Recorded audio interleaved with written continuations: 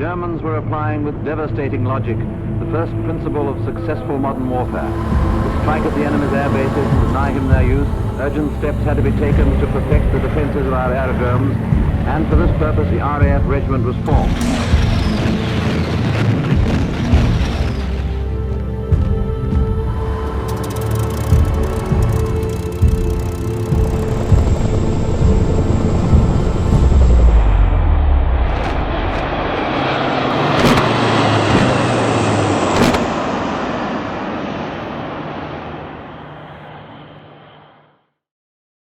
Good to go? Mm-hmm.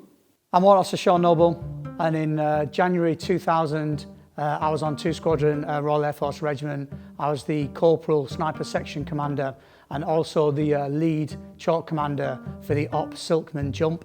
Me myself being the lead chalk commander for the squadron, I was actually seated on the first aircraft, number 2 starboard stick, and I would always be put next to the OC of the squadron, who was Squadron Leader Pound at the time.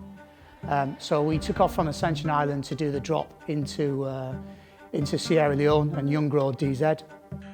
Following the final met check, the troops drew, fitted and emplaned the aircraft. We had the final op drop briefings, and the rest of the flight was pretty uneventful. So we got to our top of descent point and started to drop down to our low level of about 250 feet, about 20 miles off the south coast of Sierra Leone. Everything was running smoothly to this point. However, whilst we were at 250 feet and we hit the coastline, the sea fog that I previously mentioned hadn't lifted.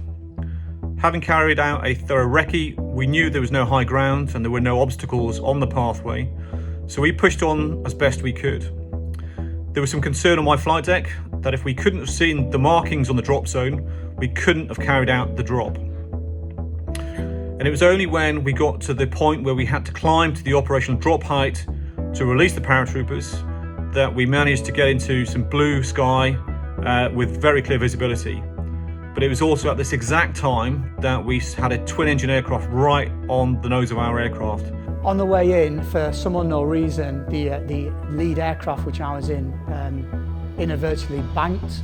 So I took immediate avoiding action, taking the aircraft to the right-hand side. As you can imagine, as a Herc banked with lots of troopers stood up in the back, we were thrown quite considerable distance inside the aircraft. That caused quite a bit of upset, and also all our ropes from our containers were unwinded. That means it probably took us 5-10 minutes to reset back to where we were before the aircraft actually banked. So having successfully carried out the avoid, we now try to regain the tracks to get back to drop the paratroopers. We were expecting to have a smoke flare set off on the drop zone to bring our eyes onto the area, and it was at this time that someone on the flight deck mentioned there was some smoke just in front of the aircraft and just the right hand side. It was far too early to be the drop zone, however it did get our attention. We decided to ignore it, and as we went to beam this position, it turned out to be a local cooking his sausages on an open fire. I'm pretty confident he wouldn't have been too impressed if he had 2 Squadron RAF Regiment joining him for his breakfast. The rest of the run-in went without any incident, and again, due to the size of the drop zone, we weren't able to safely drop all of the troops in one single pass, so we had to go around on multiple occasions. But again, I'm pleased that the first drop we hit within 5 seconds, not bad after a long-range parachute insertion, and I'm pleased to say that everybody else landed on the drop zone safely. We were given the red light and the green light to jump, and the parachute descent went according to plan, and all 3 aircraft dispatched, the squadron and attaches, and we all landed on Youngro DZ. So a successful mission for the squadron. Once the last trooper was safely on the ground, we were asked as a formation if we could fly down the main street of the city of Sierra Leone.